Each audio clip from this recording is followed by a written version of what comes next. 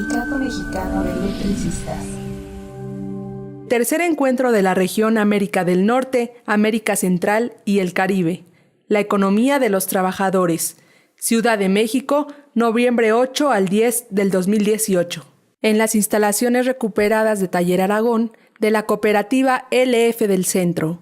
Conversatorio. La educación para la economía de los trabajadores. Primero le damos la palabra al compañero Fernando González, posgrado de estudio latinoamericano de la MAP. Hola, ¿qué tal? Buenas tardes a todos y a todas. Estoy muy agradecido por estar aquí presente con ustedes. Como ya lo mencionó el compañero, yo ahora estoy realizando una posgrado de la Universidad Nacional Autónoma de México. Trabajo temas de educación y movimientos sociales en América Latina.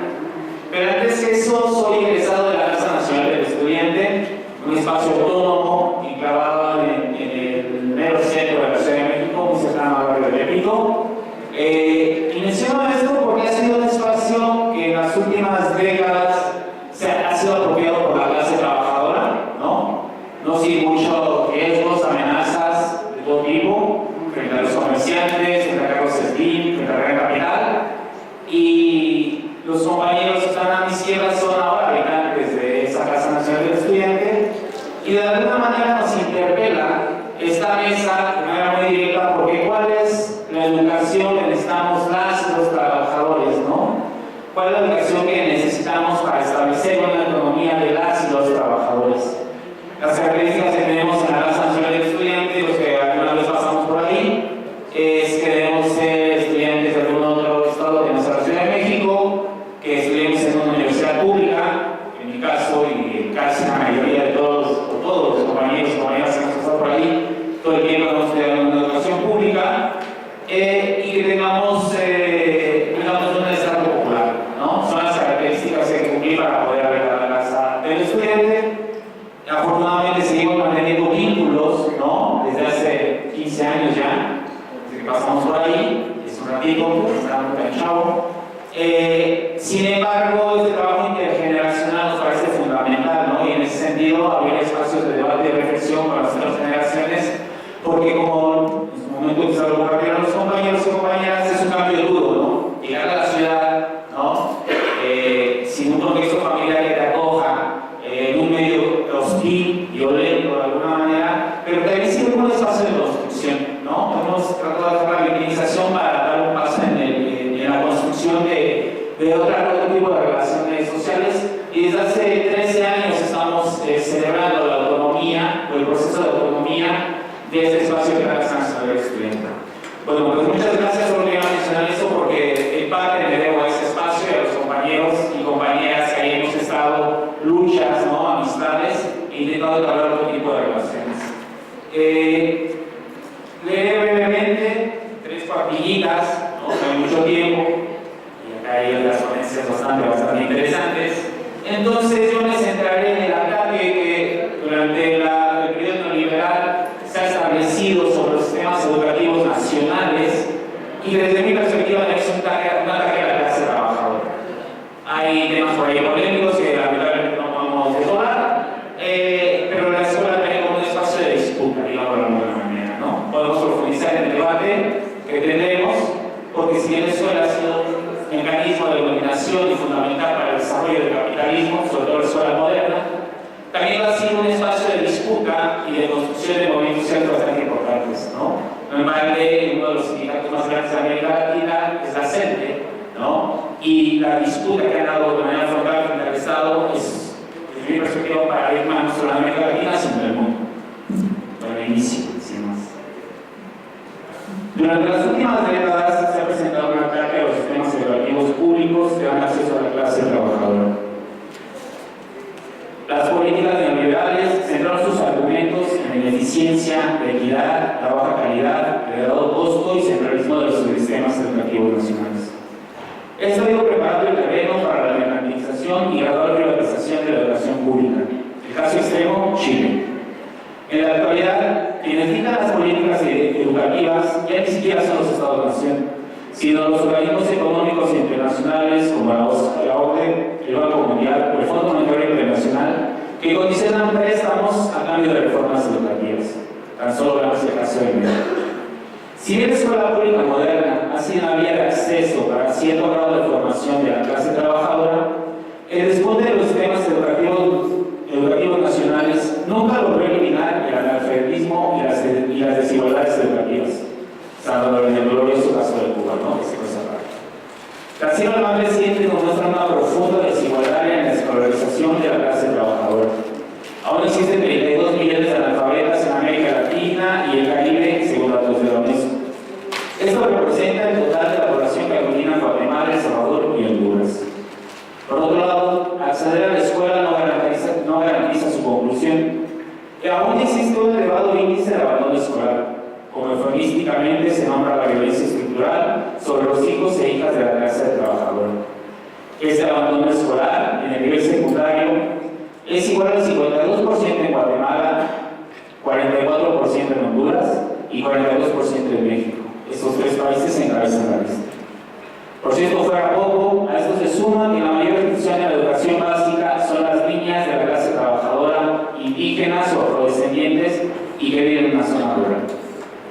Con todas sus contradicciones, limitaciones y sin dejar de considerar la escuela moderna en torno al desarrollo del capitalismo, el Estado-Nación y la formación de la fuerza de trabajo, la escuela también ha sido un espacio de disputa de la clase trabajadora, de formaciones sindicales y de gestación de movimientos sociales. Durante las últimas 5 décadas se fueron gestando y desarrollando proyectos educativos de los movimientos sociales y la clase trabajadora. Por un lado, realizar la disputa por la educación pública, la defensa de los sistemas educativos nacionales. Casos como la Coordinadora Nacional de los Trabajadores de la Educación de México, el Movimiento de los Trabajadores Rurales sin Tierra en Brasil, los bachilleres populares en Argentina, o el sistema educativo del Estado Provincial de Bolivia son muestras de ellos. Estos se caracterizan por poner a la comunidad al centro, al trabajo como eje pedagógico, atender las características de la clase trabajadora con la que colaboran y de la cual forman parte a su vez, animar procesos horizontales en la toma de decisiones y construir un proyecto político pedagógico con miras a la transformación de la realidad. Estimo que más de 10 millones de estudiantes se educan bajo estos sistemas educativos. Por otro lado, también se han creado experiencias de educación autónoma más apegadas a luchas indígenas y campesinas, aunque no exclusivamente. Tal es el caso de la Coordinadora Regional Indígena del Cauca, la CRIC en Colombia, la Educación Autónoma Zapatista y la Educación Autónoma del Pueblo de Cherán en México, la Universidad Intercultural Amotaiguas en Ecuador, o la Escuela Florestal Fernández en Brasil, que forma parte del movimiento de los trabajadores sin tierra. Esto solo por mencionar algunos ejemplos. Bajo estos proyectos político-pedagógicos, estimamos que se educan cerca de medio millón de estudiantes. Estos movimientos han creado sus propios sistemas educativos que cuestionan el enfoque colonialista, paternalista, clasista, racista, individualista y capitalista del monopolio educativo estatal. Desde sus sistemas educativos han propuesto el aprendizaje a partir de epistemologías propias, la construcción colectiva del conocimiento, la recuperación de la memoria, la defensa del territorio, la formación política y la educación de la escuela por parte de la comunidad, a la vez que la escuela sea la comunidad misma. Todos los movimientos o organizaciones antes mencionados se han planteado las preguntas que aquí nos reúnen. ¿Qué educación necesitamos la clase trabajadora? ¿Cómo la construimos? Ante estas interrogantes, considero que su respuesta debe ser colectiva, atendiendo la diversidad del contexto, pero reconociendo al capitalismo como el enemigo en común. Disputar por un lado la educación pública construida y sostenida por la clase trabajadora, pero con miras a su transformación. Por otro lado, considero importante la construcción de otros espacios pedagógicos que no se limitan a la escuela y respondan a dinámicas de mayor autonomía, formación y participación política. Como clase trabajadora, esto nos lleva a construir una educación que no sea vista como mercancía, que responda a las necesidades de la clase, tomando el trabajo como eje pedagógico. Una educación que socialice y no elitice el conocimiento, que contribuya a derribar el capitalismo y no fortalecerlo. Y por último, parafraseando a Nova Illich, que el derecho a aprender no se vea restringido por la obligación de asistir a la escuela. Muchas gracias.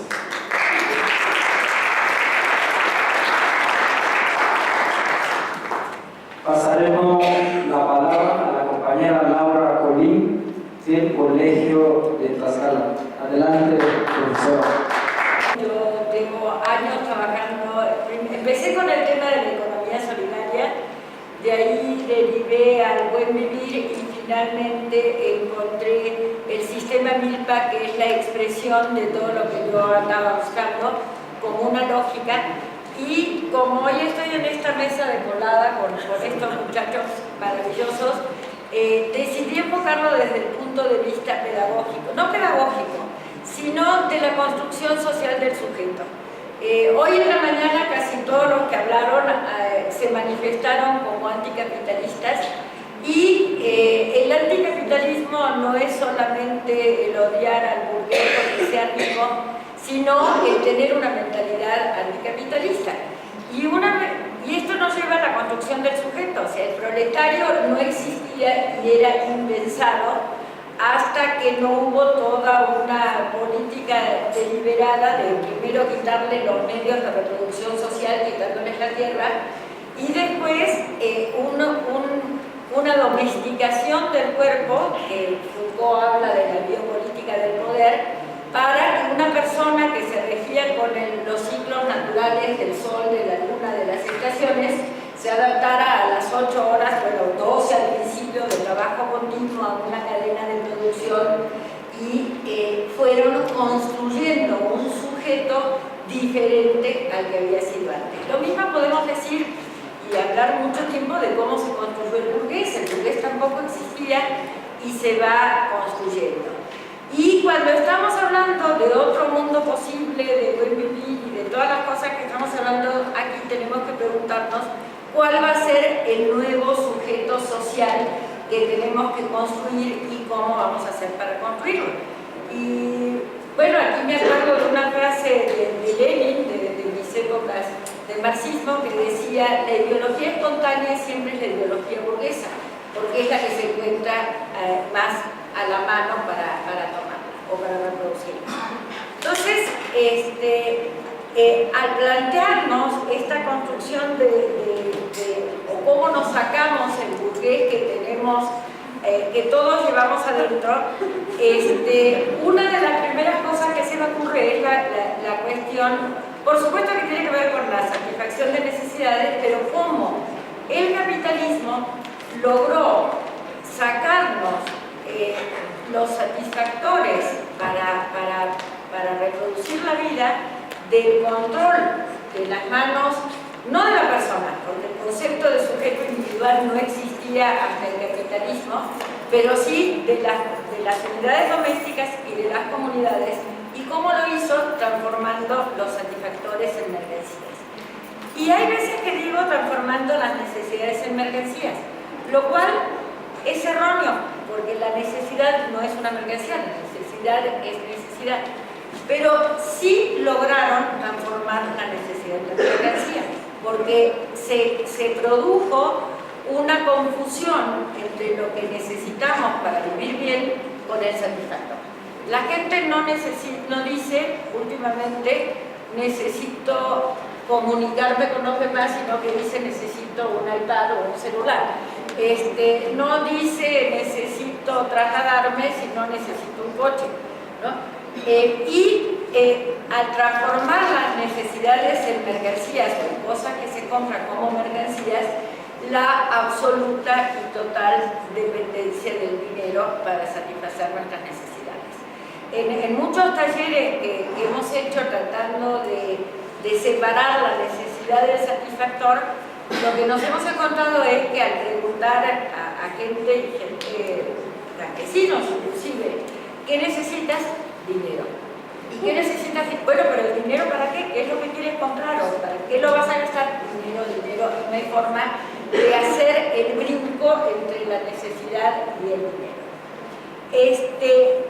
Y entonces, bueno, una de las cosas que tenemos que ir haciendo, porque esto fue progresivo, o sea, primero fueron algunas cosas las que se transformaron en mercancías y posteriormente todo se ha ido transformando en mercancía. Una de ellas la educación, la salud, hasta el amor se ha transformado en mercancía.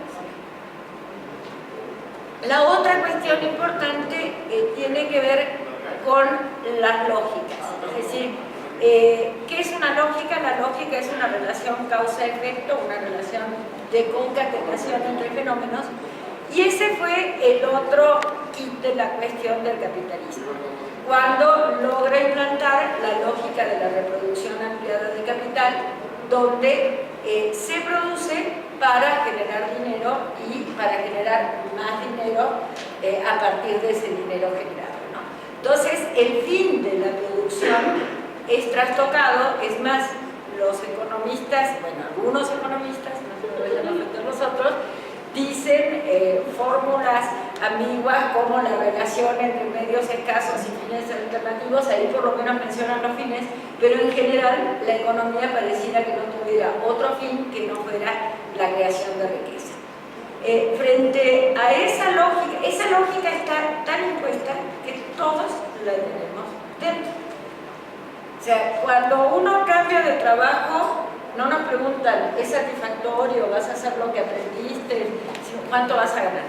Y te pagan más y ya te promovieron y cuánto más de dinero, ¿no? O sea, o bueno, más grave, ¿no? Cuando escribimos un libro y cuánto le ganas al libro. No si el libro sirve o no sirve, sino cuánto vamos a recibir de eso. Pero, y esto está tan absolutamente naturalizado que es imposible pensar fuera de esa relación causal. Si se hace no me gusta la palabra emprendimiento y menos emprendedores porque es el símbolo el arquetipo del neoliberalismo, pero cuando uno hace un proyecto, inmediatamente lo que se piensa es en términos de ganancia y cuánto va a ser el margen financieramente. Pero existe otra lógica, y es la lógica reproductiva, que hoy Marco mencionó en Buen Vivir, Modesto también habló del consumismo, y sí, no te preocupes, ya estoy finalizando. La lógica reproductiva es pensar en función de voy a trabajar para satisfacer las necesidades. Y las necesidades humanas no son solamente dinero ni mercancías, sino que las necesidades humanas son afecto, creativas, cognitivas, de realización, de convivialidad, de estar con otras gentes, de esparcimiento, que no es lo mismo que entretenimiento. El entretenimiento es ponerse como tonto frente a la tele. El esparcimiento es lo que hacen en las comunidades, que seguro ustedes, ayer me estaba contando, una comparsa practica todos los días del año 4 horas, y eso implica relaciones sociales. Esta lógica reproductiva de trabajar, producir para satisfacer las necesidades es una lógica que en México sigue viva y es la lógica de la milpa, y la podemos encontrar hablando con cualquier campesino donde si llegan a vender algo es voy a vender este costalito porque necesito comprar tal cosa. O sea, es en función de satisfacer la necesidad y no cuánto dinero le voy a sacar. Pero esta lógica, ya 2 minutitos más, tiene que ver también con conceptos abstractos. El concepto abstracto del capitalismo es el individuo, decía el individualismo surge. El individuo como sujeto individual es una creación moderna, es el monocultivo, es que las plantas y las personas compiten entre sí, es la producción a escala, como si hubiera una sola escala, cuando dicen escala es a escala ampliada, y no a pequeña escala.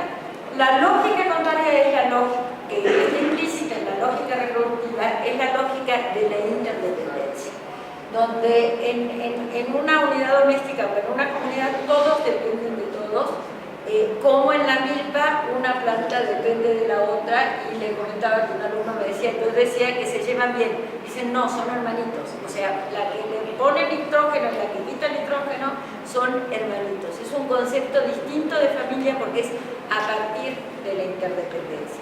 Y en esta lógica el sujeto individual no existe.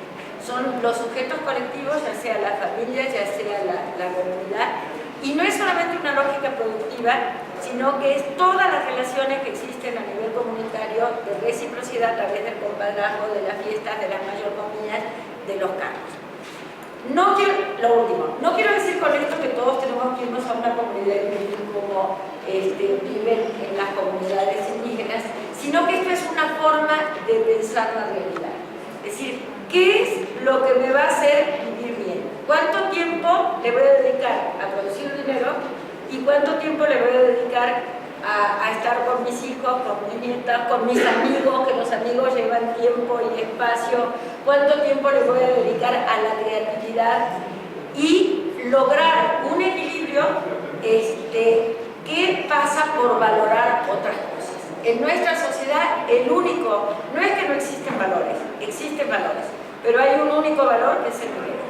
Y entonces la valoración de otras cosas, ahorita que te veo, también de la naturaleza, ¿no? O sea, con la naturaleza también se establecen relaciones de reciprocidad, de ofrenda, de intercambio, y es una lógica que valora la relación y la interdependencia. Entonces, ¿me damos un poquito más? ¿Cómo hacerle para ir construyendo este sujeto cuando ese sujeto todavía está ahí? Y lo que yo digo es, necesitamos revalorar lo que ya tenemos. El pensamiento tradicional de la lógica reproductiva como un modelo, porque cuando los técnicos salidos de la universidad ven a los campesinos dicen que son flojos, porque nada más producen lo que necesitan, ¿no? Entonces, quitarnos esa lente de que son flojos porque no producen para enriquecerse, revalorizarlo como un pensamiento, como una racionalidad más racional tal vez que la nuestra, porque es más satisfactoria, y trabajar en lo que tú decías. O sea, aprender yendo a la milpa, aprender hablando con la gente, aprender revalorando lo que tenemos. Perdón que me pasó un poquito. En la seguida viene el compañero Ernesto Armada, posgrado de Estudio Latinoamericano. ¿Qué tal? Buenas. Pues yo soy Ernesto Armada. A final de cuentas, yo soy médico veterinario zootecnista, pero pues tengo participación política desde la huelga de 1999 de la UNAM, y entonces pues me fui pasando al lado de las sociales, donde hice el posgrado en estudios latinoamericanos, más bien dedicado hacia la cuestión pedagógica. Y milito en el Partido Comunista de México, fundado o resurgido en 2010, y pues a partir de la militancia pues participo en un grupo de asesoría sindical, donde estamos haciendo un primer esfuerzo de hacer un mapeo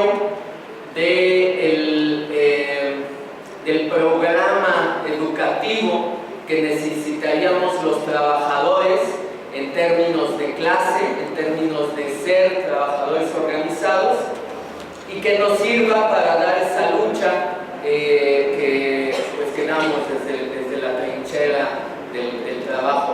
Qué bueno que correteado y todo, pues estuvo maravillosa la exposición de la compañera, y eso da me da pie como para platicarles de esto de este esfuerzo que estamos haciendo, ¿no?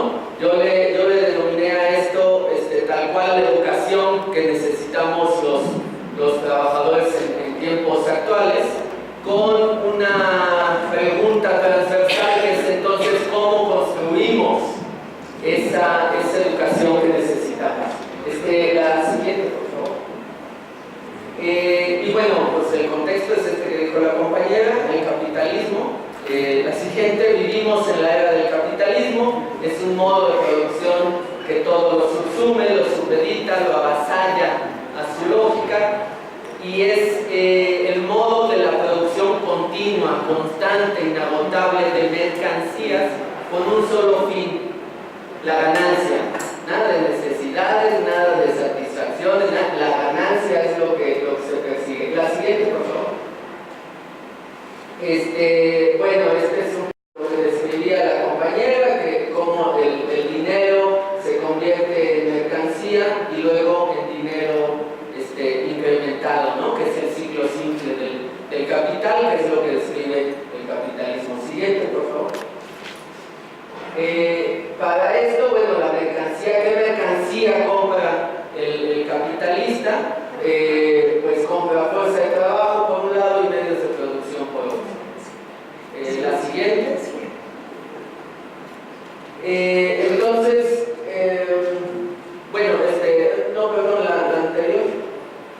Pensé que tenía otra. Nada más quería como acuciar algo, ¿no? Algo que tal vez podría ser obvio para quienes estén en estos temas, pero que no es obvio en la realidad. Vivimos la ganancia, esta ganancia que persigue el patrón, lo puede hacer mediante la detentación de los medios de producción, es decir, mediante la propiedad privada, es lo que está a última instancia.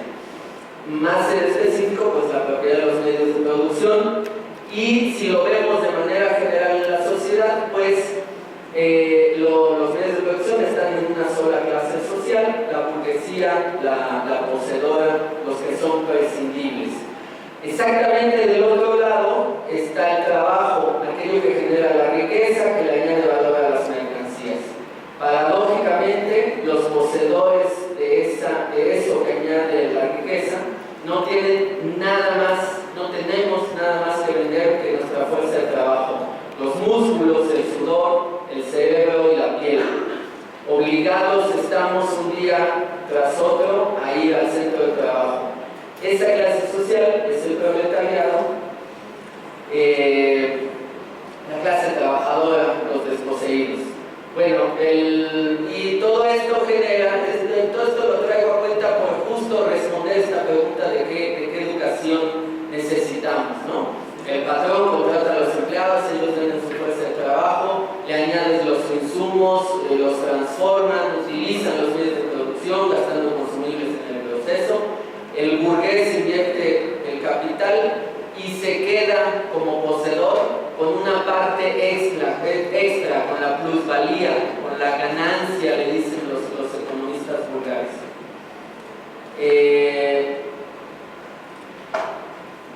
La siguiente, ahora sí. Bueno, la primera consideración de qué necesitamos los trabajadores es que la realidad, esto que dijo mucho mejor y que los dos estamos bastante correteados para describirla, no aparece de inmediato, no es obvia, no es palpable, percibible como en la Edad Media, donde el siervo cultivaba media hectárea ojalá fuera media hectárea, era más, pero la mitad del terreno para el señor feudal y la mitad para él. Era muy claro que el trabajo se lo estaba regalando al señor feudal por protección. Ahora es todavía en la modernidad, la época del capital hace este esfuerzo intelectual un poco más difícil. Entonces, si necesitamos educación, necesitamos además reflexionar la realidad, estudiarla para llegar a ella. Decía Marx que es necesario que los obreros corramos los velos que cubren la realidad. La siguiente, por favor. La segunda, yo ponía este concepto de educación que manejo, que es un acto social por el cual transmitimos y recibimos ideas que representan la experiencia del mundo material. Entonces, resalto acto social porque ¿qué educación necesitamos? Una colectiva. Cada que, lo decía la compañera, el individualismo es el mejor producto acabado de la modernidad, del capitalismo. Y sin embargo, la educación es de las pocas cosas que podríamos decir que naturalmente constituyen al ser humano un ser social. Y combinado con la intelectualidad, entonces el traspasar ideas de una persona hacia otra se vuelve un acto, pues incluso de naturaleza humana. Entonces, claro, nunca hacemos nada individual. Si yo leo a Marx, bueno, si estoy haciendo socialmente, estoy tomando sus ideas. Sin embargo, me refiero a que tiene que ser el colectivo esta educación. Ahora, otro concepto sobre la educación es la capacidad de transmitir ideas. yo podría venir a decirles una ponencia de cómo hacer una fosa séptica sin que ustedes nunca hayan tenido necesidad de cavar un hoyo. Y bueno, yo les doy el curso y ya les transmití la idea de cómo hacer una fosa séptica. Eso es lo que entendemos también ahora como educación, y eso tiene sus ciertas particularidades. La siguiente.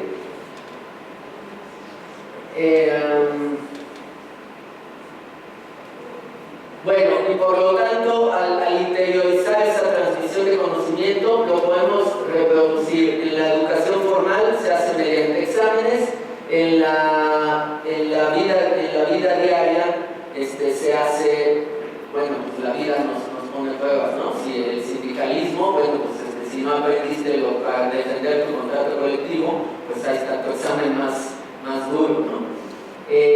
Y esto de transmitir las ideas, bueno, también representa un reto porque representa también que podamos aprender auténticamente. O sea, este ejemplo que les ponía yo de la fosa séptica, yo les puedo transmitir una idea errónea, estamos haciendo una transmisión de educación de algo que no existe tal vez, ¿no? Entonces, eso tendría que comprobarse con la realidad. Es un tema más profundo y filosófico, entonces la siguiente diapositiva. Bueno, el cómo. Pues no hay por qué inventar el hilo negro. Los trabajadores les llevó decenas de años de sufrimiento en el capitalismo, de organización, de despidos, de represión, organizarse en su forma más acabada, que es el sindicato. Esas son las organizaciones de trabajadores. ¿Cómo nos debemos educar como trabajadores? Pues a través de los sindicatos, que es lo que ya tenemos y que además es resultado de nuestra experiencia histórica. Claro, de ahí puede saltar algo más, asociaciones intersindicales, gremiales y desde luego políticas. ¿Sí? Políticas, bueno, ya pensando en otras cosas más, ¿no? Hay una parte técnica que es diversas corrientes de enseñanza-aprendizaje, que hay dificultades como tiempo, espacio, inexperiencia de los compañeros, reticencia de los propios compañeros a educarse, y ya nada más, todo eso nomás lo menciono, pero hay diversas intenciones. La más básica, por ejemplo, en un sindicato es cómo yo, bueno, en organizaciones estudiantiles como la FEX, si tenemos ese ejemplo, es mínimamente que perdure la organización. ¿Cómo le enseño al otro que perdure? Sin embargo, lo que hemos investigado es resaltar que el objetivo más noble al hacer la educación entre trabajadores es justamente la del más noble del maestro, que es dejar de ser el maestro, que el propio estudiante piense con cabeza propia y entonces deje de necesitar al propio, al que le enseña, ¿no? En un principio. La siguiente ya para acabar. Entonces esto es si la intención es lo que cuenta para acabar con el maestro y tome el propio trabajador las riendas de su propia educación, entonces tendría que haber ahí un conocimiento del capitalismo. Esto que lo dijimos así como una embarrada mal dicha, por más que sea muy profundo el conocimiento, lleva mucho tiempo de estudio y dedicación. No es que sea difícil, pero sí se tiene que dedicarle. La lucha de clases, lo que otros hicieron antes, es decir, la historia del movimiento obrero, de mi propio sindicato, de mi propio centro de trabajo, pensar con cabeza propia, es decir, una propia filosofía, cosas técnicas que también del propio centro de trabajo, y bueno, pues la intención de un mundo nuevo, ¿no? Ahora ya sabemos que no basta con ser el mejor militante, sino también hay que buscar salud mental. No basta con ser un buen revolucionario, sino también ser equitativo con la pareja. Y esas cosas también se aprende el feminismo, todo tipo de cosas. La última. Y entonces este es un esquema de lo que serían los grandes ejes de una propuesta, de un primer acercamiento a una propuesta de un plan de estudio de lucha, ¿no? Porque además la escuela está en manos, es un espacio en disputa, pero está hegemónicamente del lado de los patrones, ahorita la tiene el Estado burgués, y entonces nunca vamos a encontrar que haya escuelas, universidades que vayan a formar militantes, a formar obreros para hacer la revolución socialista o para defender sus derechos más básicamente. Entonces tenemos que elaborar nosotros con el conocimiento que tenemos, con esa dualidad que tiene la educación, y es la propuesta hacer un esquema de cuál sería el plan de estudios para estos militantes y trabajadores. Viene el compañero Eduardo Gómez, del Grupo Internacionalista Vocero de la Asamblea Posgrado de la Asamblea Interuniversitaria.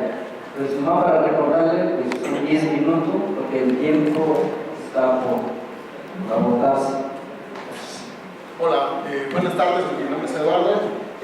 Bueno, yo les preparé un informe de una de las últimas luchas que se dio en la universidad, en la UNAM, que es contra el porrismo, y que además, bueno, también presenta una serie de polémicas respecto a las concepciones más elementales que tienen los estudiantes y los trabajadores de la UNAM, y que además se vincula mucho con las problemáticas que sufren los trabajadores organizados en los sindicatos en México.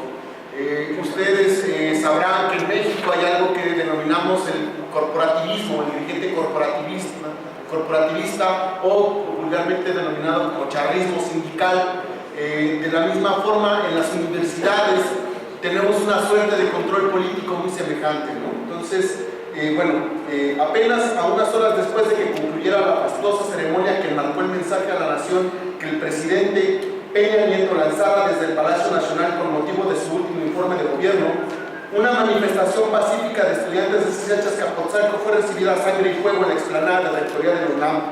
Alrededor de 50 golpeadores provenientes de federaciones porriles, todas ellas financiadas por la rectoría que por los directores de los planteles de bachillerato, de escuelas, facultades, partidos políticos. Todos los partidos políticos tienen porros a las universidades, todos. Este ataque fue el acto culminante de una marcha por la democratización de la UNAM que se convocó en solidaridad con el paro de los estudiantes de CCH Azcapotzalco, así como para exigir justicia tras el asesinato de la joven estudiante de CCH Oriente, Miranda Mendoza. Desde el comienzo del semestre, de este semestre de 2018-2-1, los estudiantes de Azcapotzalco se han movilizado para protestar contra una serie de ataques realizados por la exdirectora del plantel, Guadalupe Cárdenas. Entre los motivos de la protesta se encuentra el cierre de grupos, el despido de profesores, la exclusión de cientos de estudiantes a los que en los hechos se les impide concluir sus estudios, así como la normalización de un ambiente de limpieza política que ha incluido la destrucción de una serie de murales, espacios, cubículos, así como otros materiales de propaganda alusivos en denuncia por la desaparición de hace 4 años de los 43 compañeros normalistas de Ayotzinapa, Guerrero, así como otros instrumentos de propaganda que denuncian la violencia contra la mujer, la masacre de Tlatelolco del 2 de octubre del 68 y la lucha contra la reforma educativa que emprendió la CENTE. La postal del día 3 de septiembre de 2018 no deja de ser elocuente. Mientras los políticos burgueses del PRI, PAN, PRD y Morena se despedían de Peña Nieto e interpretaban un acto más de la transición de terciopelo hacia el nuevo gobierno patronal de Andrés Manuel López Obrador, los porros de la rectoría dan prueba de que siguen intocadas las viejas estructuras de control social que han sido la piedra angular del dominio semi-bonapartista que ejerce la burguesía en México. Al igual que los sindicatos corporativistas en el seno del movimiento obrero, los grupos porriles en las escuelas hacen las veces de cuerpos parapolicíacos, cuya finalidad es mantener en paz los ámbitos en que trabajan. Los charros, impidiendo la movilización independiente de los trabajadores. Los porros controlan a los estudiantes que desafían a las administraciones escolares, representantes de la clase dominante en las escuelas y sobre todo intentando impedir mediante la violencia la conformación de agrupaciones de izquierda. En todo caso, el nuevo presidente, AMLO, con su promesa de una presidencia fuerte al servicio de la burguesía mexicana y sus amos imperialistas, requerirá como sus antecesores priistas de instrumentos confiables para erradicar el descontento. Los porros mostraron su mercadería para cuando se ofrezca. La brutalidad del ataque porril del 3 de septiembre concitó la justificada ira de muchos de los que estudian y trabajan en la UNAM. Asambleas realizaron paros de 24, 48, 72 horas e indefinidos en varias escuelas y facultades de la UNAM. Posteriormente se sumó el IPN, el Instituto Politécnico Nacional, la Escuela Nacional de Antropología e Historia, la Universidad Autónoma Metropolitana y al menos un centenar. Teníamos, por ejemplo, para el 19 de septiembre alrededor de 137 escuelas tomadas en paros. Entonces eso mostraba un descontento generalizado en donde el porrismo no solo se centra en la UNAM o el Politécnico. De hecho, yo creo que aquí muchos compañeros del ESME que han pasado por el Politécnico saben lo que es el grillete corporativista escolar. Por ejemplo, ahí encuentras jefe de grupo, jefe de piso, jefe de edificio, jefe de generación, y es toda una estructura como paramilitar, ¿no? O sea, prácticamente el Estado controlándote desde la universidad todas las formas del aprendizaje y de la enseñanza. Entonces, lo que hemos visto a partir del ataque brutal del porrismo, los compañeros de las universidades han sentido lo que es la privatización de la educación. Los porros, lo que son estos, pues algunas veces son paramilitares, algunas veces son simplemente pues acarreadores políticos para eventos políticos de partidos, ¿no? Donde los compañeros dicen de todo tipo, ¿no? O sea, no hay partido bueno, ¿no? Ahí todos los partidos políticos tienen porros y todos tienen distintas funciones, ¿no? Un ejemplo muy puntual que tuvieron los compañeros, por ejemplo, de posgrado, que tuvimos ahí los compañeros que desde hace 4 años que hemos venido caminando, acompañando a los padres de los 43, ha sido que todo intento de organización permanente siempre es frustrado por agentes porriles. Y los agentes porriles no son ahora ese jugador de fútbol americano bastante robusto que llega y te talonea, ¿no? Es decir, te roba. Es ahora ese chico priista, ¿no? Bien estilizado, con toda una retórica, con instrucciones de oratoria, que llega y te habla de la unidad, que te habla de articular, que te habla por la defensa de México, del trabajo de nuestra universidad, ¿no?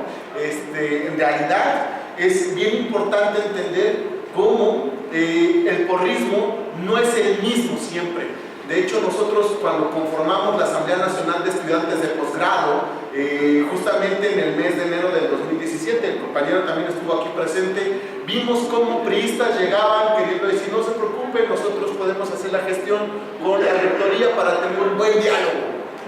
Llegaban los panistas y decían, no, nosotros ya tenemos a Romero Hank, Hicks, ¿no? este panista, el senador, ya tenemos la gestión, ya fuimos y dice que sí, tenemos un evento para dentro de un mes, vamos a poder presentar nuestras ideas, vamos a invitar a Cabrero, que es el director de CONACYT. Sí, el cabrón llegó, tiró línea y dijo, no hay preguntas, no hay dudas, vámonos. Cuando nosotros dijimos, pues sí hay preguntas, sí hay dudas, pero los propios organizadores dijeron, sí, pero aquí está el formato, llena la hojita y danos tu pregunta, ¿no? Nosotros vemos si la pasamos o no.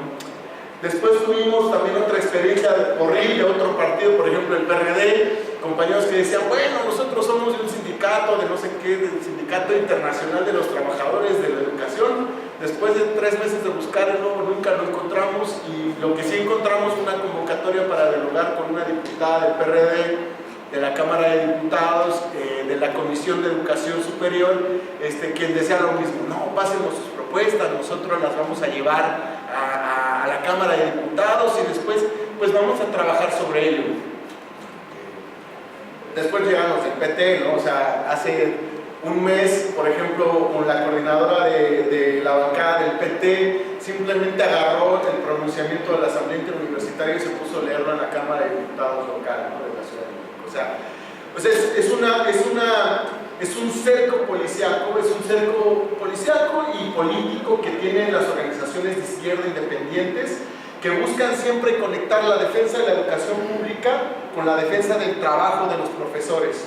Es decir, para la universidad a partir del 2014, para las instituciones de educación superior. Lo que ha sido fundamental en los últimos años entender es que no podemos avanzar separados de los maestros, que no podemos avanzar separados de las universidades estatales y que en ningún momento podemos avanzar separados de los normalistas.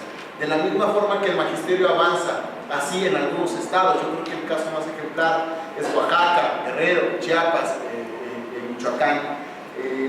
Lo que nosotros vimos desde la Asamblea de Posgrados, desde la Asamblea Nacional de Estudiantes de Posgrado, es cómo el gobierno supuestamente dice que aumenta el presupuesto en la educación, pero vemos cómo se reduce sustancialmente la matrícula en las universidades, ¿no? Dicen que han entregado quizá 15,000 lugares más en la UNAM, ¿no? Pero no dicen cuántos se quedan fuera. Entonces, cuando uno ya ve esa gráfica y la ve desde los años 60 hasta la fecha, se da cuenta que en realidad siempre queda fuera de la educación pública el 70% de la población. Y conforme va aumentando el grado, va quedando más fuera.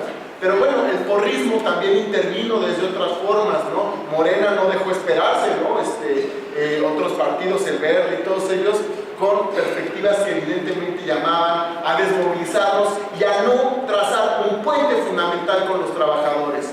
Un puente fundamental con la Coordinadora Nacional de Trabajadores de la Educación en la sección 22 oaxaqueña, que en Nochistlán, justamente en julio del 2016, en este proceso bastante tenso estatal en Oaxaca, terminó pues prácticamente con un baño de sangre, ¿no? En Nochistlán, donde no solamente eran maestros, era la población defendiendo a los maestros. Entonces, ese tipo de elecciones son las que nos han quedado claras, no solo para barrer contra el porrismo, contra los cuerpos policíacos dentro de las universidades, sino también para barrer contra los cuerpos policíacos dentro de los sindicatos, ¿no? En México el corporativismo tiene por lo menos regimentado al 90% de los trabajadores. El 10% de los trabajadores en México, digamos que se encuentran en sindicatos independientes. Por eso es que nos encontramos en esta situación en la que, pues, finalmente la disputa política de los trabajadores prácticamente se disuelve en los procesos electorales. Entonces yo creo que valdría la pena, ¿no? En este sentido mi ponencia iba o va hacia, la pregunta es ¿qué política necesitamos? ¿No? O sea, no basta como decir necesitamos más matrícula, más escuelas, ¿no? Sino hacia dónde vamos a dirigir eso, ¿no? Para terminar, justamente, bueno, yo como estudiante de doctorado, los compañeros de maestría de doctorado, hoy en día somos los más capacitados para la docencia, pero somos los campeones en desempleo, ¿no? Entonces, en la UNAM hacen grupos de 80 alumnos por salón, cuando deberían ser de la mitad, pero no los hacen de 40 estudiantes porque es más barato pagar a un maestro que pagar dos. Y entonces ya tener un maestro de asignaturas implica que empieza a luchar por derechos laborales. Entonces, yo lo que creo que es importante mencionar acá no es solamente que educación, o sea, finalmente yo podría decir, bueno, yo soy licenciado en Historia y soy maestro en docencia para la educación media superior, y lo que me queda claro es que el modelo de la escuela única soviética que implementó Lunarchansky, acompañado de varios pedagogos soviéticos, europeos, alemanes, latinoamericanos, ¿no? Fue el modelo de la escuela única, vincular la escuela con el trabajo, ya sea en el campo, ya sea en la costa, ya sea en la industria, pero es siempre vinculado. Yo creo que esa es la perspectiva, y bueno, finalmente esa es una perspectiva política, porque en lo pedagógico tendría que haber una libre y total autonomía de acción pedagógica, ¿no? No podemos estar ahí cercándonos o delimitándonos en ese terreno. Pero bueno, esa es la perspectiva. Y finalmente lo que también nos queda claro acá es que el nuevo gobierno tiene por lo menos dos indicios bastante claros. No puede echar abajo la reforma, porque la reforma educativa no es una cosa opcional, sino es una cosa que tiene que implementar. Si no la implementa ahora, la va a implementar mañana. Y la otra es que si aún se deroga la reforma que está actualmente en curso, la pregunta es ¿qué va a hacer el gobierno para tener que implementar los mandatos de la OCDE, de la UNESCO y del Banco Mundial, que son puntuales: privatización de la educación? O sea, no hay más, ya no hay, no podemos regresar a los años 70, ¿no? De hecho, la burguesía mexicana quisiera regresar a los años 70 y tener el superávit que tenía en ese entonces, por decirlo, en el bono petrolero, ¿no? Ya no, se acabó. no hay alternativa. Entonces, la pregunta es, ¿necesitamos una lucha en un terreno enteramente sindical o necesitamos, por el contrario, trascender la lucha sindical al terreno de la lucha de clases, ¿no? Y evidentemente esto abre el camino así. Necesitamos una revolución, ¿de qué tipo? Y sobre la base de qué perspectiva. Y hoy en día la caravana migrante de Honduras muestra que la revolución, la próxima revolución, ¿es mundial o no será? Y fundamentalmente tendría que ser obrera, porque quienes están transitando en estos momentos por este valle de la muerte que se llama México, evidentemente son clase obrera. Entonces, nosotros creemos, ¿no? Como grupo internacionalista, particularmente en la ciudad de Nueva York, hemos defendido a trabajadores inmigrantes, ya para terminar, trabajadores inmigrantes de Holland Krusty, por ejemplo, quienes son un puñado, pero son los trabajadores más golpeados, son inmigrantes ecuatorianos, hondureños, brasileños, haitianos, puertorriqueños, que llegan, trabajan, les dan derechos y después los golpetean y después fundan sindicatos y aprenden de las viejas lecciones del siglo XX del sindicalismo combativo, hacer sindicatos, piquetes de huelga, extensión de la huelga y finalmente construir sindicatos y adherirse a grandes sindicatos, ¿no? Yo creo que esa es una perspectiva que hoy en día, por ejemplo, el SME podría hacer para sindicalizar a los compañeros que se encuentran atados al grillete corporativista en todo el perímetro de la zona norte de la Ciudad de México. Desde Azcapotzalco, Naucalpan, Vallejo, hasta Nezahualcóyotl, estamos seguros que fundar sindicatos independientes que pudieran darle derechos democráticos a los trabajadores sería una perspectiva realmente de lucha de clases. Esa es la perspectiva que yo les comparto y bueno, agradezco su atención. Lucero Jiménez, del CRIM de la UNAM. La cuestión es que no quería desperdiciar la posibilidad de hacerles una pregunta general, aprovechando que tenemos una profesora muy consolidada, una investigadora consolidada, estudiantes del posgrado, luchadores estudiantiles, bueno, es una mesa muy rica, y además los chicos de la casa de la escuela. Entonces, bueno, yo los escucho y como nos pasa mucho en género, decimos, bueno, muchas personas en el mundo hemos estudiado los procesos, hemos luchado por el cambio, conocemos cuál es la realidad, pero, como decía Laura, es una realidad que el propio sistema invisibiliza y nos cuentan una historia que normalmente los sujetos sociales asumimos como verdadera a través de muchísimos mecanismos, desde chiquitos y los medios de comunicación, pero ya sabemos todo este proceso. Entonces, a mí me preocupa mucho que, salvo excepciones, en el mundo, el tema de los imaginarios colectivos o las representaciones sociales los está ganando este capitalismo salvaje. Es decir, han triunfado, y yo diría más que en elecciones o contra un partido en el gobierno, en el hecho de que tenemos una visión distorsionada de la realidad y, por otro lado, algún sector de población que piensa que esto no está bien, lo han convencido de que es el único camino posible. No hay otra manera de vivir. Y quien intenta vivir de otra manera paga consecuencias muy graves. No en la teoría, las paga de veras, en su vida cotidiana, en su comida, en una violencia brutal, en represión, ¿no? Entonces, yo apuesto a que la educación es crucial para transformar esas representaciones sociales, esos imaginarios y nuestros propios deseos. Como decían, si nosotros deseamos dinero, más dinero y más dinero, y así somos formados desde chiquitos, salvo excepciones, la toma de conciencia de que esto no está bien, pero que además es transformable, es muy complicado.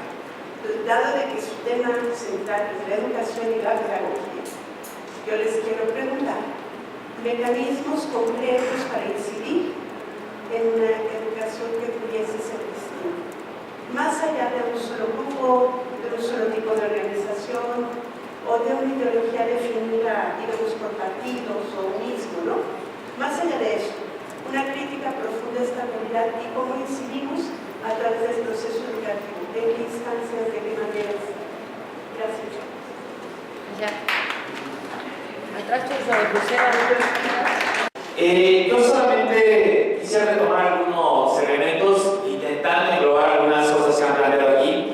Y para mí una cosa fundamental y necesaria en mi trabajo, en mi militancia, en distintos espacios con los que colaboro, de los que formo parte, y cuando discutimos los temas de educación, es que educación o escolarización no es sinónimo de educación. Es una primera idea que hay que romper, ¿no? Porque entonces nos quedamos supeditados a acceder a la escuela, entonces solamente a través de ese espacio voy a aprender. Y es una cosa que hemos aprendido e intentado romper. Y eso se vincula con la cuestión del trabajo, ¿no? Si creemos que los trabajadores, nuestro proceso de educación se acaba o se restringe el acceso a la escuela, pues estamos acabados. Ahí se conecta con lo que dice Maki. En general, por eso yo lo planteaba en la segunda parte de la ponencia, generar espacios autónomos de autoformación. Pero eso se construye, ¿no? Eso no se pide al Estado.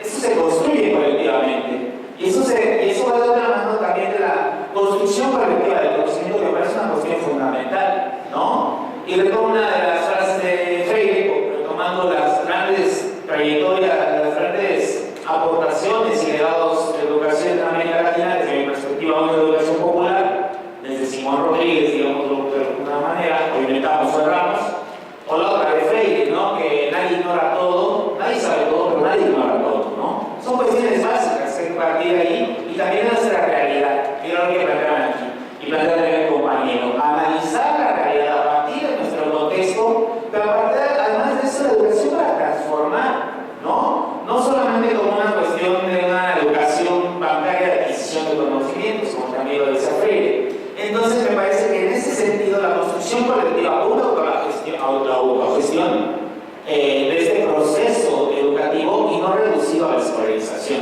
¿no? Porque en el mismo sentido que lo decían aquí, los compañeros bolivianos lo tienen perfectamente claro. Y me decían, no, Fernando, la educación pública no es pública, es privada. ¿Por qué va a ser privada?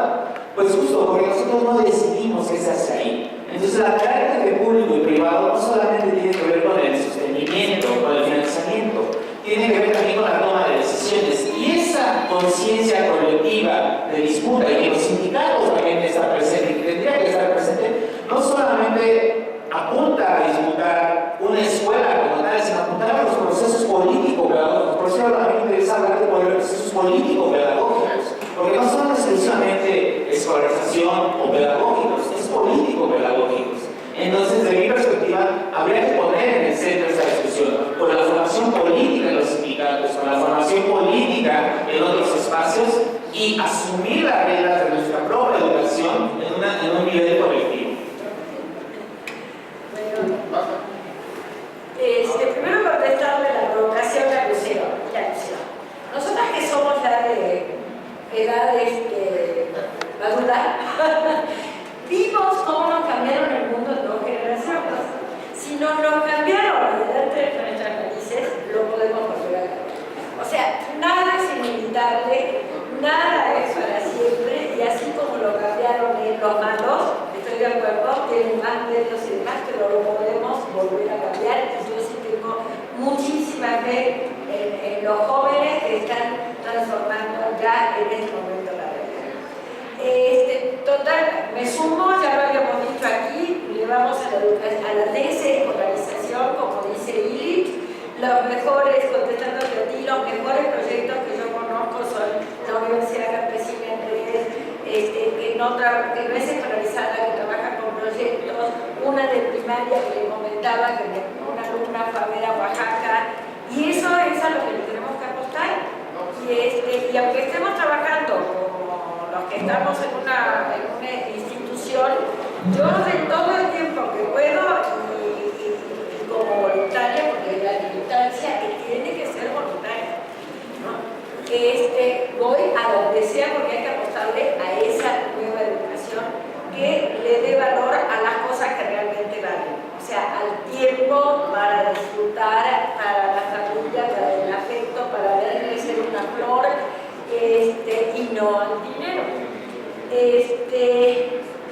Y eso hay que hacerlo, eso no es una obligación de la escuela, eso es de los papás, de las mamás, de las abuelas, de los tíos, de los compañeros, o sea, todos tenemos la responsabilidad de ir formando esos valores, ir estimulando, porque no se forman esos valores y estar en una permanente militancia para desvalorizar el dinero y valorizar lo que realmente vale. ¿Qué sistema de satisfactores? Bueno, yo te diría bueno, yo parto de la teoría de que las necesidades son universales y ilimitadas. ¿Cuál sería la ley? Bueno, tú preguntas por los satisfactores, no por las necesidades. Yo le voy al sistema de satisfactores, que primero es lo que se puede autogestionar y segundo lo que se puede reciprocar. Y todas las necesidades, lo que más necesitamos es tiempo y gente, compañía. O sea, para divertirnos necesitamos a alguien para bailar, para aprender necesitamos a alguien para interactuar, porque como bien dices es social. O sea, los maestros holográficos no los tenemos para nada, ni la educación a través de una pantalla. Y cada una lo que se necesita es tiempo, esfuerzo y relaciones sociales. Entonces, ¿cuál es el tema de necesidades? Las necesidades recíprocas.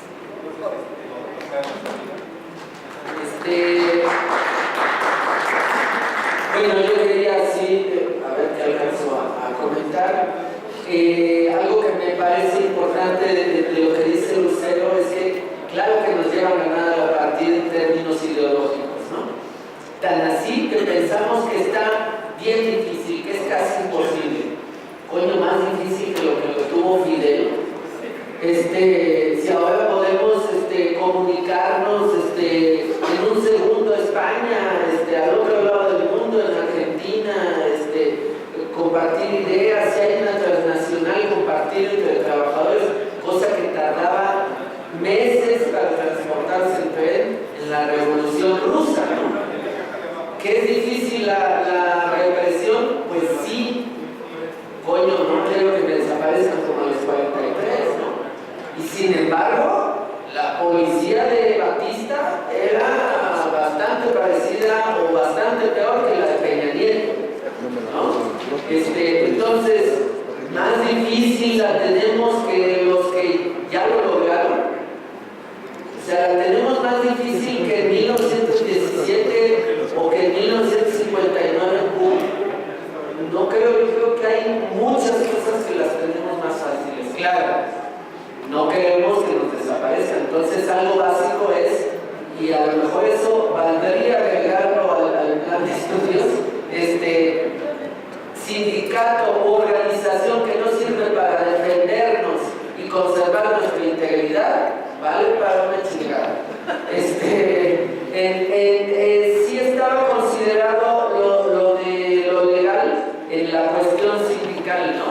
Pero sí lo habría que explicitarlo y bueno, desarrollarlo más.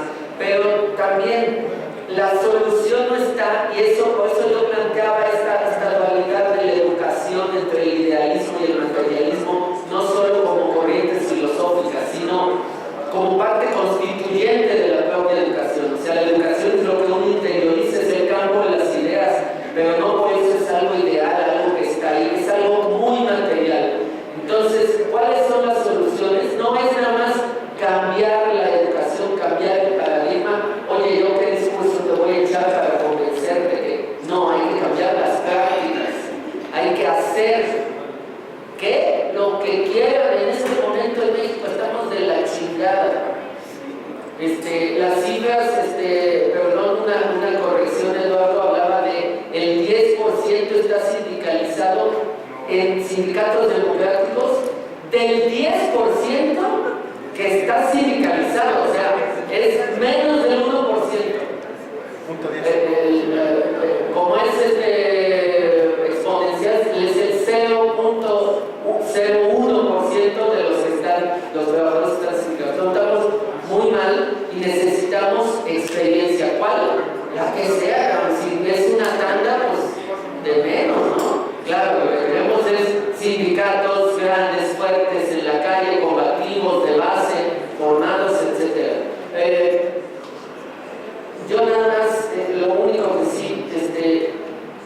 quisiera agregar en ese sentido es que no pensemos en volar si estamos soñando apenas en correr. O sea, sí hay que resignificar el cómo lo hacemos y no cambiar, no vendernos que el fin justifica los medios. No, eso yo creo que es un aprendizaje que justamente tenemos que retomar, ¿no? Retomar todas las experiencias aunque nos las hayan enterrado.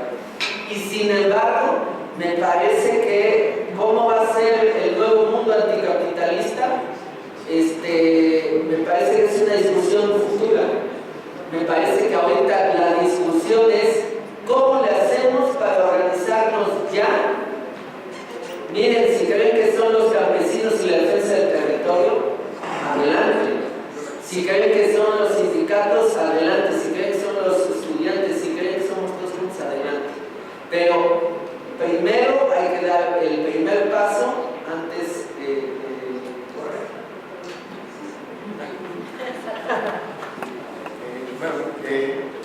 En principio, yo sí quisiera aclarar que la educación tiene el propósito, o debería de tenerlo, por lo menos la educación moderna, de ubicar al estudiante como sujeto social, ¿no? O sea, este propósito fundamental de la educación moderna, que Dewey, Freire y el propio magisterio, por ejemplo, aquello de la sección 22 reconoce. O sea, el estudiante es un ser vivo, es una persona, ¿no? Independientemente de la edad, de la ascendencia lingüística, cultural, es una persona y tiene que ser ubicada, ¿no? Espacial, temporalmente, culturalmente, y reconocerse. Pues ese es el proceso auténtico de identidad, ¿no?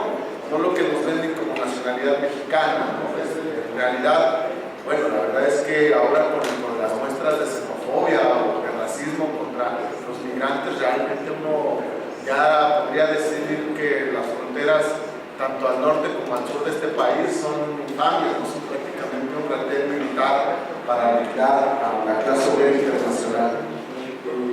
La educación de los hijos fue uno de los elementos fundamentales, ¿no? de la educación pública, de las escuelas. Y las escuelas fueron creadas un tanto para liberar a la mujer de la formación primaria o formación inicial de los hijos de los trabajadores, pero no para liberarla del trabajo, sino para esclavizarla a una jornada de 8 horas y después poder doblemente esclavizarla a terminar su jornada de trabajo, ¿no? Entonces, yo no confío en las perspectivas de género, porque esta no es una perspectiva de género, es una perspectiva de clase. O sea, la mujer obrera no puede darse ese lujo, ¿no? De mandar solo a sus hijos a la escuela, ¿no? Es decir, si se encuentra doble o triplemente oprimida ahí, ¿no? Una cuestión, hay una falsa dicotomía que tiene que ver con las concepciones académicas, filosóficas entre trabajo y educación. En realidad, cuando uno revisa el concepto de trabajo, que es una acción consciente encaminada a un fin, por lo menos una definición clásica del Capital, Marx, se da cuenta que la educación también es trabajo, ¿no? Cuando uno le pregunta a los maestros de la sección 22, ¿no? Cuando la derecha y los conservadores dicen, ¿pero qué hacen? ¿Qué producen? ¿No? Tienen un montón de comunidades, ¿no? Y hay una distribución de agua, de la tierra, de recursos, y hay un comercio interior en el estado de Oaxaca que beneficia a un montón de comunidades y que rescata tradiciones, no solo de lucha, sino de experiencias cotidianas, ¿no? Entonces, yo creo que ahí habría que liquidar, yo creo que históricamente esta diferencia que es realmente burguesa, de la educación moderna burguesa. La compañera nos decía, pensar otras experiencias.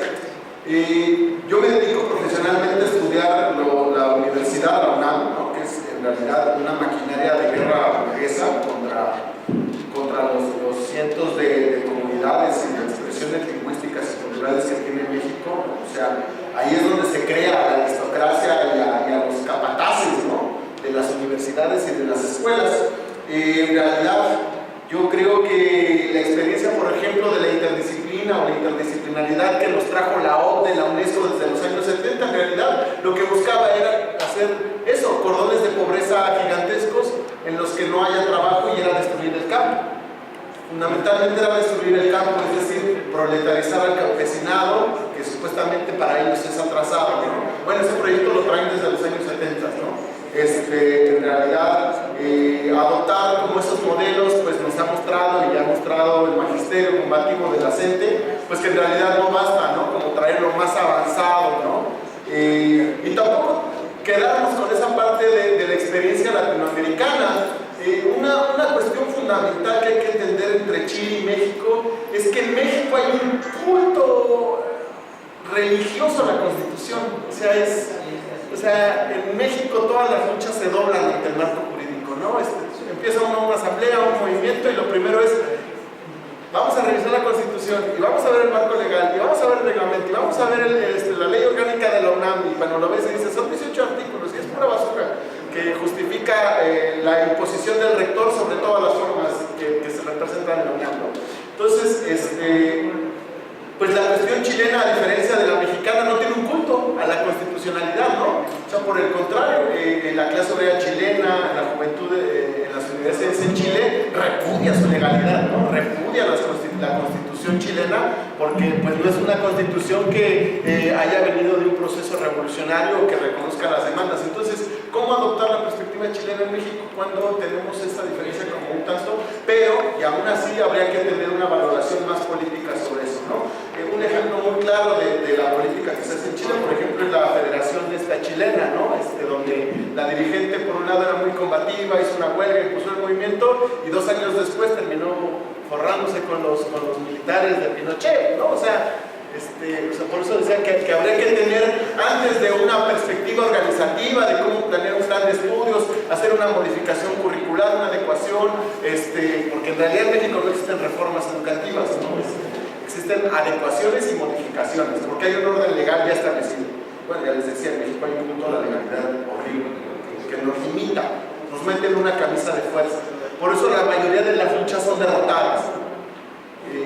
Es terrible, ¿no? Ver cómo el magisterio, que es potente, combativo, entregado, tiene gente y tiene solidaridad, pero es derrotado en el campo jurídico, ¿no? Yo creo que el SME también tiene una lección muy, muy importante que sacar del 2009-2010, ¿no? Cuando nosotros en las universidades decimos, hay que parar la producción, hay que parar los centros de distribución energética, a los pinos, a los ministerios, a las secretarías, a los aparatos de Estado policíacos, intervenirle la luz y dejarlos sin luz. Ahí es donde estaba el poder del SME, ¿no? Ahí es donde está el poder de los trabajadores, ¿no? Y no en una lucha jurídica de ir a hacer una demanda.